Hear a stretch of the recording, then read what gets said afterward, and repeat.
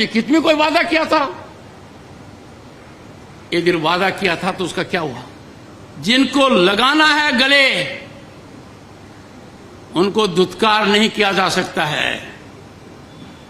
मेरे कठोर शब्द हैं और कई बार बीमारी के इलाज के लिए कड़वी दवाई पीनी पड़ती है। मैं सभी को देश में आह्वान करूंगा, किसान बंधुओं को आह्वान करूंगा, मेरी बात सुने, मेरी बात समझें। आप अर्थव्यवस्था की धुरी हैं, राजनीति को प्रभावित करते हैं, भारत की विकास यात्रा के आप महत्वपूर्ण अंग हैं, सामाजिक समरसता की आप मिसाल हैं। आपको भी बातचीत के लिए आगे आना चाहिए। पर मुझे माननीय कृषि मंत्री जी थोड़ी पीड़ा है, मेरे लिए चिंतन और चिंता का विषय है। अब तक ये पहल क्यों नहीं हुई? आप कृषि कल्याण ग्रामीण विकास के मंत्री हैं। कृषि मंत्री जी, एक एक पल आपका भारी है। मेरे आपसे आग्रह है और भारत के संविधान के तहत दूसरे पद पर विराजमान व्यक्ति आपसे अनुरोध कर रहा है कि कृपया करके मुझे बताइए, क्या किसान से वादा किया गया था और वादा किया गया वादा क्यों नहीं निभाया गया, और वादा निभाने के लिए हम क्या कर रहे हैं? गत वर्ष भी आंदोलन था, इस वर्ष भी आंदोलन है, काल चक्कर घूम रहा है, हम कुछ कर नहीं रहे हैं। और मेरी पीड़ा है कि किसान के हितैषी आज चुप हैं, बोलने से कतराते हैं। देश की कोई ताकत किसान की आवाज को कुंठित नहीं कर सकती। A nation will pay a huge price if we try the patience of the farmer. मुझे एक I see light at end of the tunnel कि माननीय कृषि मंत्री जी ये महारत हासिल करेंगे। इनका उत्तरदायित्व है,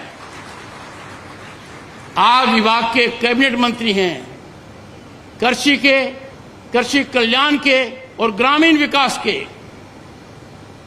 आपका आकलन इतिहास इसी धुरी पर करेगा, वो पूरा क्यों नहीं हुआ? आपके लिए चुनौती है, जब कोई भी सरकार वादा करती है और वो वादा किसान से जुड़ा हुआ है तो हमें कभी कोई कसर नहीं रखनी चाहिए। अरे हम तो रिवार्ड की बजाय जो ड्यू है उसको नहीं दे रहे, हम उस देने में कंजूसी कर रहे हैं जो प्रॉमिस किया गया है। और मुझे समझ में नहीं आ रहा वार्ता क्यों नहीं हो रही है किसान से। प्रधानमंत्री जी का दुनिया को संदेश है, जटिल समस्याओं का निराकरण वार्ता से होता है। किसान से वार्ता अविलंब होनी चाहिए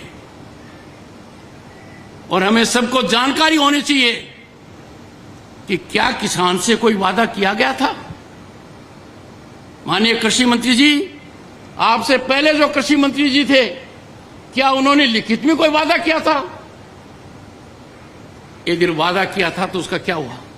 जिनको लगाना है गले उनको दुत्कार नहीं किया जा सकता है। मेरे कठोर शब्द हैं पर कई बार बीमारी के इलाज के लिए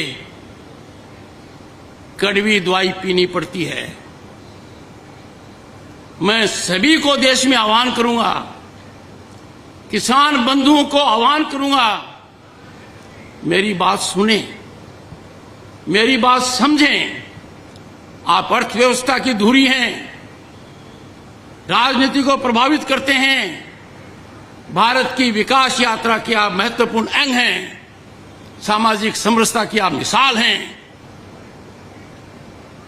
आपको भी बातचीत के लिए आगे आना चाहिए।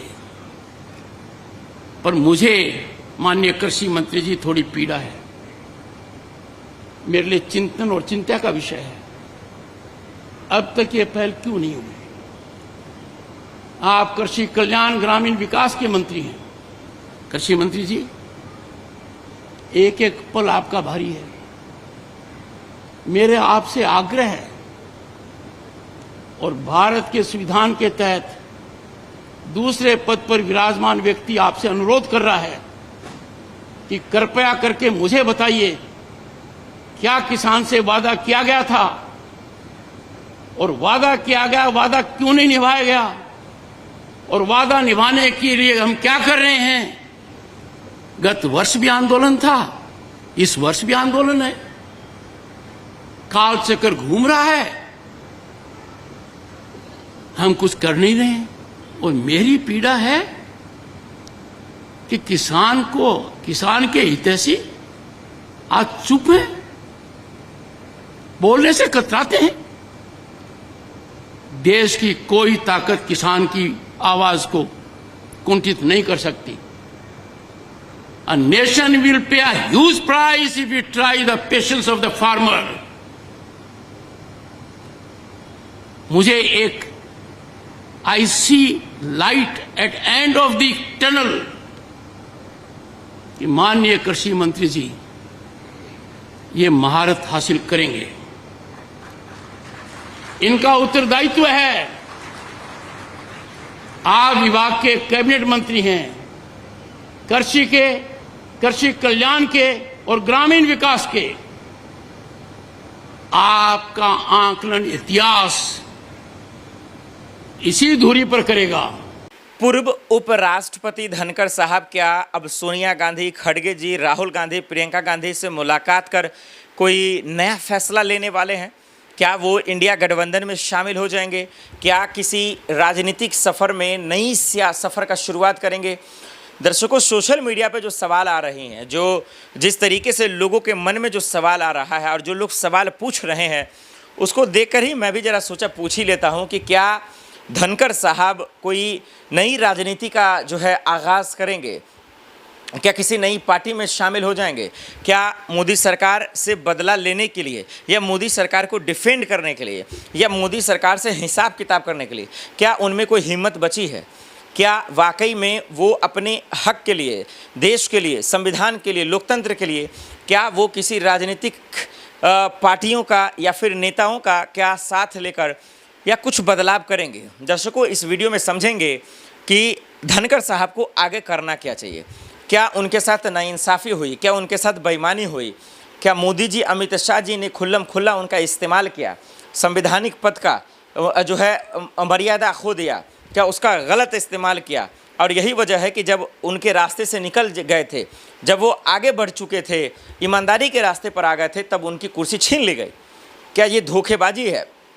दर्शकों, फॉरवर्ड न्यूज़ पर हमने एक वीडियो बनाया, आप सब ने बहुत प्यार दिया, लाखों में व्यूज़ भी दिया, और वो आप लोगों ने यही कहा कि इस देश में जब सिस्टम मजबूत होगा, उपराष्ट्रपति, राष्ट्रपति, संवैधानिक पद पर बैठे लोग मजबूत होंगे, अपने आप देश का सिस्टम मजबूत होगा, और जो राजनीति करने वाले लोग, जो डटी राजनीति करते हैं, डटी पॉलिटिक्स करते हैं, उन लोगों की हवा निकल जाएगी। इसलिए आप लोग भी सोशल मीडिया पे जुड़िए, एक मुहिम बनाइए, जो लोग गलत करने वाले हैं उसके खिलाफ आवाज़ उठाइए, और जो लोग सच्चे हैं, जिसने अपनी पूरी ताकत जो है देश के हवाले लगा दिया है, उन लोगों के साथ खड़े उतरिए। धनखड़ साहब को आज हम सबकी ज़रूरत है। उन्होंने किसानों के लिए आवाज़ उठाई, जस्टिस यशवंत वर्मा के खिलाफ आवाज़ उठाई, उन्हीं का उनको सज़ा भुगतना पड़ा है। कुछ पर्सनल अहंकार और ईगो, घमंड था जो सरकार को बुरा लगा, जिसकी वजह से उनकी कुर्सी छीन ली गई है। फिलहाल तो यही वजह सामने आ रहा है। ये बीमारी का बहाना, स्वास्थ्य का बहाना, इनको आप थोड़ा सा साइड में रख सकते हैं, क्योंकि ये सिर्फ एक देखने में और सुनने में अच्छा लग रहा है, इसका ग्राउंड लेवल से कोई लेना देना नहीं है।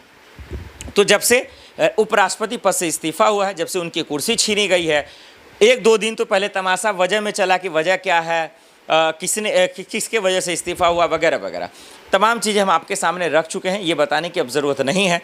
अब उस सवाल पे आते हैं जो सवाल लाजमी है, जो सवाल बड़ा है, और वो सवाल ये है कि अब जगदीप धनखड़ साहब का रास्ता क्या है, आगे का सफ़र कैसा होगा, क्या किसी पार्टी में जाने की कोशिश कर रहे हैं?